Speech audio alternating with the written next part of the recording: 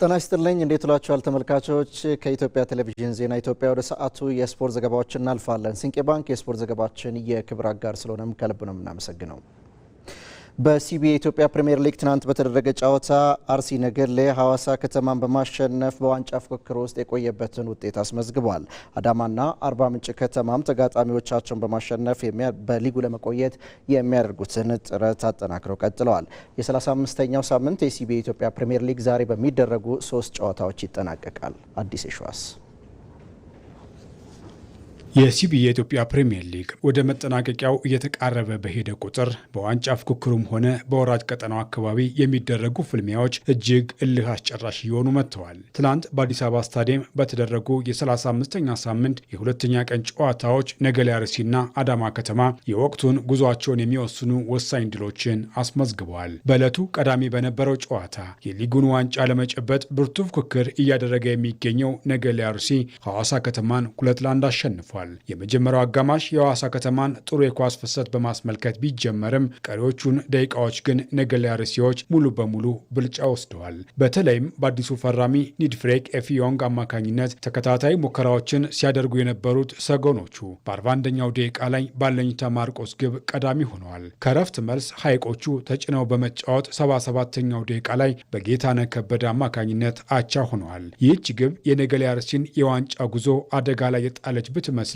ጨዋታው ሊጠናቀቅ 5 ደቂቃዎች ሲቀሩት ግን ሮበርት ሰላሎ በአስደናቂ ቅጣት ምት ድንቅ ግብ አስቆጥሮ ነገሌ አርሲን የ2-1 ባለድል አድርጓል። ይህ ውጤት ነገሌ አርሲን አሁን ለዋንጫው እየተፎካከረ መሆኑን ያረጋገጠ ሲሆን በቀጣይ ሳምንት ከሊጉ መሪ ሲዳማ ቡና ጋር የሚያደርጉትን ፍልሚያ እጅጉን ተጠባቂ እንዲሆን አድርገውታል። በሌላኛው የአዲስ አበባ ስታዲየም ጨዋታ ከወራጅ ቀጠናው ስጋት ለመራቅ የሚጫወተው አዳማ ከተማ የኢትዮጵያ ንግድ ባንክን 2-1 በማሸነፍ ትልቅ እፎይታ ያገኘበትን ድል አስመዝግቧል። አዳማዎች በአቡበከር ሳኒና በአቤኔዘር ሲሳይ ግቦች 2-0 መሪ መሆን የቻሉ ሲሆን የኢትዮጵያ ንግድ ባንኩ ናትናኤል ዳንኤል 68ኛው ደቂቃ ላይ ባስቆጠራት የፍጹም ቅጣት ምት ልዩነቱን ቢያጠቡም ጨዋታው በአዳማ አሸናፊነት ተጠናቋል። ናትናኤል በዚች ግብ የኮከብ ግባግቢነቱን መሪነት በ14 ግቦች ከአቤል ያለው ጋር መጋራት ችሏል። በአዳማ ሳይንስና ቴክኖሎጂ ዩኒቨርሲቲ ስታዲየም በተደረገ ጨዋታ አርባ ምንጭ ከተማ ተከታታይ ሁለተኛ ድሉን አስመዝግቦ ከደረጃው ግርጌ 2 ደረጃዎችን ከፍ ያደረገበትን ወሳኝ ድል አስመዝግቧል። አዞዎቹ ምድረገነት ሽረን ባስተናገዱበት ጨዋታ በአብዱራህማን መሐመድና ቴዎድሮስ አጨ ግቦች 2-0 አሸንፈዋል። በሌላ በኩል በሃዲያ ሆሳናና ፋሲል ከነማ መካከል የተደረገው ጨዋታ በፋሲል ከነማ 1-0 አሸናፊነት ተጠናቋል። ታምራት ኢያሱ ብቸኛዋን ማሸነፊያ ግብ አስቆጥሯል። የ35ኛ ሳምንት መርሃ ግብር ዛሬ በሚደረጉ 3 ጨዋታዎች ፍጻሜውን ያገኛል። በአዲስ አበባ ስታዲየም 2 ጨዋታ ሲደረግ ኢትዮ ኤሌክትሪክ ከመቀለ ሰባ እንደርታ የሚያደርጉት ጨዋታ ይጠበቃል። 8ኛ ደረጃ ላይ የሚገኘው ኢትዮ ኤሌክትሪክ ወደ ቀደመው የአሸናፊነት ማንነት ለመመለስ ሲያልም በተቃራኒው በ35 ነጥብ 19ኛ ደረጃ ላይ በመገኘት በወራጅ ቀጠና ውስጥ ከፍተኛ ውጥረት ላይ የሚገኘው መቀለ ሰባ እንደርታ በሊጉ የመቆየት ተስፋውን ለማለምለም ወደ ሜዳ እንደሚገባም ይጠበቃል። ጨዋታው ቀን 7 ሰዓት ሲል ይጀምራል። ባህር ዳር ከተማ ከወላይታ ዲቻ ባለፉት 5 ጨዋታዎች ያልተሸነፈው የጣና ሞገድ ባህር ዳር ከተማ ያልተሸነፈበትን ግስጋሴ አስጠብቆ የደረጃ ሰንጠረዡን ለማሻሻል ወደ ሜዳ ይገባል። በ44 ነጥብ 12ኛ ደረጃ ላይ የሚገኘው ወላይታ ዲቻ በበኩሉ የባህር ዳርን ጉዞ በመግታት መካከለኛውን የደረጃ ስፍራ በጽኑ ለመያዝ ብርቱ ፉክክር ያደርጋል ተብሎ ይጠበቃል። አዳማ ላይ አንድ መርሃ ግብር ሲከናወን ሸገር ከተማ ከወልዋሎ ዓዲግራት ዩኒቨርሲቲ ቀን 10 ሰዓት ላይ ጨዋታቸውን ያደርጋሉ። ወላይታ ዲቻ ቮሊቦል ክለብ በአካባቢ ያለውን እምቅ ተሰጥኦ በመጠቀም በሀገር ውስጥና በአፍሪካ መድረክ ስኬትን እያስመዘገበ ቢሆንም በቀጣይ ዘላቂ ውጤት ለማምጣት የታዳጊዎች ስልጠናን ማጠናከር፣ የሀገር ውስጥ ውድድሮችን ማብዛት ላይ ትኩረት ሊሰጠው እንደሚገባ የቡድኑ ስኬታማ አሰልጣኝ አየለ ሌራሞ ተናግረዋል።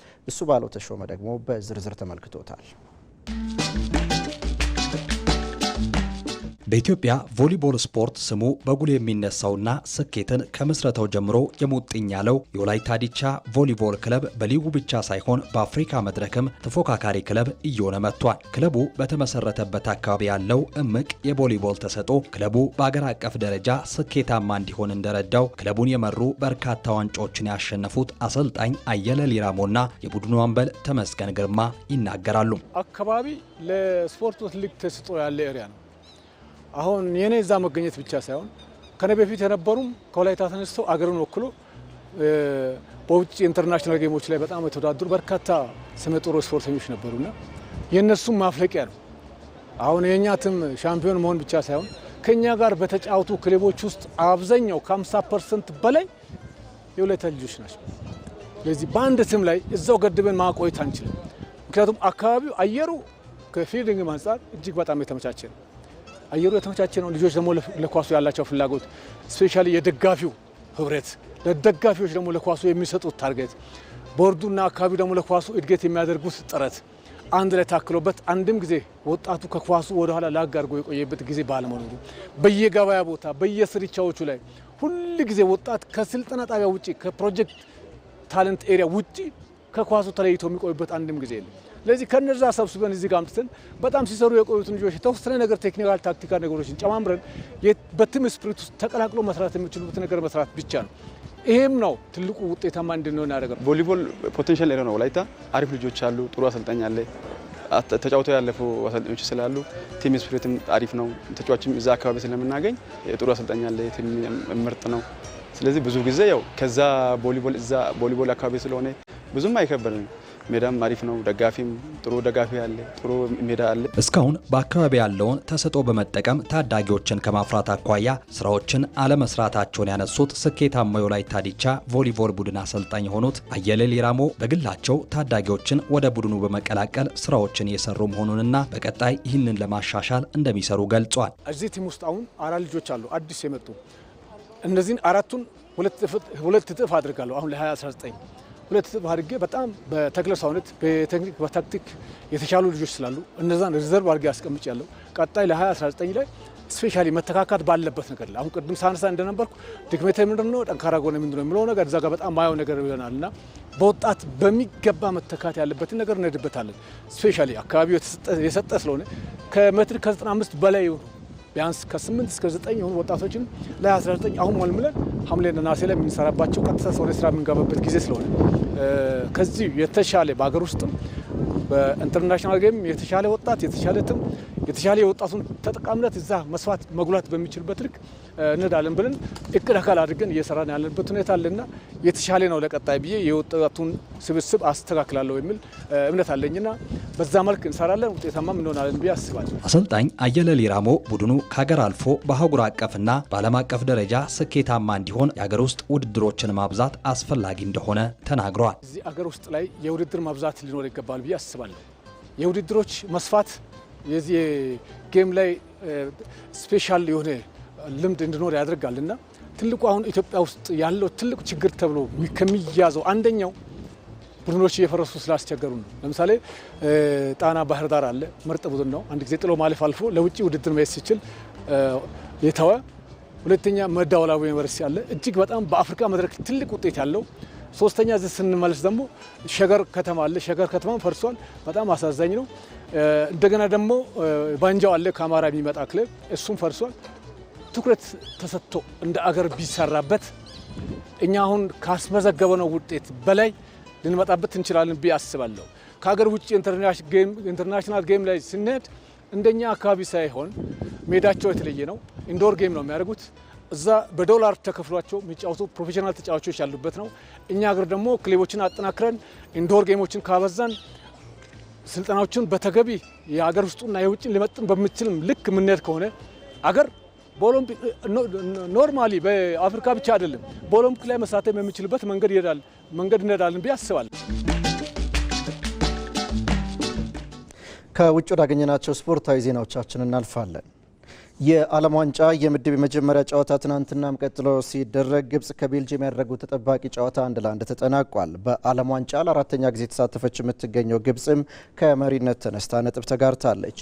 በዚሁ ምድብ ኢራን ከኒውዚላንድ ያከናወኑት ጨዋታ 2-2 ተጠናቋል። መሰረት ተስፋዬ በ23ኛው የዓለም ዋንጫ በምድብ 7 የተደለደለችው ቤልጅየም የምድብ የመክፈቻ ጨዋታዋን ትላንት ምሽት ከግብጽ ጋር አድርጋ አቻ ተለያይታለች። በቤልጅየምና በግብጽ መካከል የተደረገው የምድቡ ተጠባቂ ጨዋታ አንድ አቻ በሆነ ውጤት ሲጠናቀቅ ጨዋታው በታክቲክ ረገድ እጅግ አስገራሚና የሁለቱ ሀገራት አሰልጣኞች የተለየ የጨዋታ መንገድ ያሳዩበት ሆኗል። በአሰልጣኝ ሩዲ ጋርሻ የምትመራው ቤልጅየም የኳስ ቁጥጥር ብልጫውን በመውሰድና በፈጣን አጥቂዎቿ የመስመር ላይ ኳሶችን በመጠቀም ግብ ለማስቆጠር ጥረት አድርጋለች።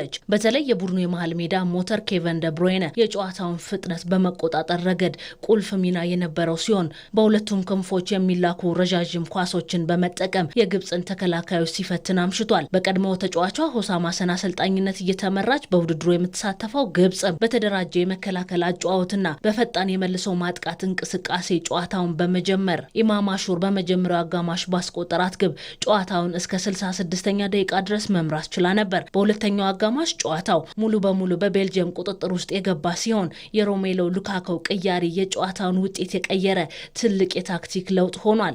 ሮሜሎ ሉካኮ በመጀመሪያ የኳስ ንክኪው ግብ ለማስቆጠር ሲሞክር የግብፁ ተከላካይ መሐመድ ሃኒ በራሱ መረብ ላይ የቤልጅየምን የአቻነት ግብ ከመረብ አሳርፏል። በአጠቃላይ የምሽቱ የምድቡ ተጠባቂ የነበረው ጨዋታ የግብፅን የተደራጀ የመከላከልና የመልሶ ማጥቃት ፍጥነት ከቤልጅየም የኳስ ቁጥጥርና አካላዊ ብልጫ ጋር ያፋለመ ማራኪ ፍልሚያ እየታየበት ሆኖ አልፏል። በግብጽ በኩል በጨዋታው የፈርዖኖቹ አምበል መሐመድ ሳላ በጉዳት ተቀይሮ ከሜዳ ወጥቷል። በመሐመድ ሳላ ምትክ ተቀይሮ የገባው ወጣቱ ተጫዋች አብዱል ከሪም በዓለም ዋንጫ የተሳተፈ በእድሜ ትንሹ ተጫዋች ለመሆን በቅቷል። በዘንድሮ የዓለም ዋንጫ ለአራተኛ ጊዜ የምትሳተፈው ግብጽ ከቤልጅየም ጋር አቻ መለያየቷን ተከትሎ በዓለም ዋንጫ ያለማሸነፍ ጉዟን አስቀጥላለች።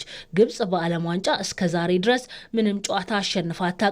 በዚሁ ምድብ ዛሬ ንጋት ላይ በተደረገ ጨዋታ ኢራን ከኒውዚላንድ 2 አቻ ተለያይተዋል። ከዚህ ቀደም ለ6 ጊዜ የዓለም ዋንጫ ተሳትፎ ያላት ኒውዚላንድ የ2 ጊዜ ተሳትፎ ያላትን ኢራንን ገጥማ ከመምራት ተነስታ አቻ ተለያይታለች። በ2010 የደቡብ አፍሪካ የዓለም ዋንጫ ከተሳተፈች በኋላ ከመድረኩ ተሳትፎ ርቃ የቆየችው ኒውዚላንድ በዘንድሮ ተሳትፎ የተሰጣትን ጠንካራ ተፎካካሪ የመሆን ግምት በመክፈቻ ጨዋታ አሳይታለች። 4 ግቦች በተቀጠሩበት ጨዋታ ጀስት 2 ግቦችን ለኒውዚላንድ ሲያስቆጥር ረዛይናና ሙሃቢ ደግሞ የኢራንን የአቻነት ግቦች ከመረብ አሳርፈዋል። በጨዋታው ጠንካራና አካላዊ ጉልበት ያላቸው የኢራን ተጫዋቾች የኒውዚላንድን ተከላካዮች ሲፈትኑ አምሽተዋል። የምድብ 7 ሁለተኛ ዙር የማጣሪያ ጨዋታዎች ግብጽን ከኒውዚላንድ እንዲሁም ቤልጅየምን ከኢራን ያገናኛሉ። ፈረንሳዊ አሰልጣኝ ሄርቬ ሬናልድ የቱኒዚያ ብሔራዊ ቡድን አሰልጣኝ ሆነው ተቀጠሩ። በዓለም ዋንጫ የምድብ የመጀመሪያ ጨዋታ በስዊድን 5-1 የተረታችው ቱኒዚያ አሰልጣኝ ሳቢር ኢልሙቻም ማሰናበቷ የሚታወስ ነው። ሰሜን አፍሪካዊቷ ሀገር ቱኒዚያ በዛሬው ዕለትም አሰልጣኝ ሄርቬ ሬናልድን በኃላፊነት መሾሟን አስታውቃለች። አሰልጣኝ ሄርቬ የዓለም ዋንጫ ሊጀምር 55 ቀናት ሲቀሩት ነበር ከሳውዲ አረቢያ ብሔራዊ ቡድን የተሰናበቱት። አሰልጣኙ አሁን ላይ በዓለም ዋንጫ ቱኒዚያን ለመምራት ከሀገሪቱ እግር ኳስ ፌዴሬሽን ጋር ከስምምነት መድረሳቸውን የተገለጸው። ማውሪዚዮ ሳሪ የሴሪያውን ክለብ አትላንታን ለማሰልጠን ተስማሙ። የ67 ዓመቱ ጣሊያናዊው በቅርብ ከሌላኛው የሀገሪቱ ክለብ ላትዚዮ ጋር በስምምነት መለያየታቸው ይታወሳል። ከሮሙ ክለብ ጋር ዘንድሮ የጣሊያን ዋንጫን የፍጻሜ ተፋላሚ የነበሩት ሳሪ ለሌላ ፈተና ወደ ቤርጋሞ ክለብ ማቅናታቸው ተዘግቧል። የቀድሞ የቼልሲ ዩቬንቱስና ናፖሊ አሰልጣኝ በጂዌሽ በሚኖራቸው የ3 ዓመታት ቆይታም ክለቡን ወደ ቀደመ ከፍታ የመመለስና ለስኬት የማብቃት ኃላፊነት ተጥሎባቸዋል። በዚህ ፍጥነት ወደ ኃላፊነት እመለሳለሁ የሚል እምነት ባይኖረኝም አታላንታ ያቀረበልኝን የወደፊት ፕሮጀክት በመቀበል ወደ ስራ ተመልሻለሁ ሲሉም ከክለቡ ጋር ውላቸውን ካሰሩ በኋላ ሀሳባቸውን ሰጥተዋል። ለዜና ኢትዮጵያ የተዘጋጁ ስፖርታዊ መረጃዎቻችን በዚያ በቁ። ተመስገን አለባቸው ነበርኩ። በያላችሁበት ሰላም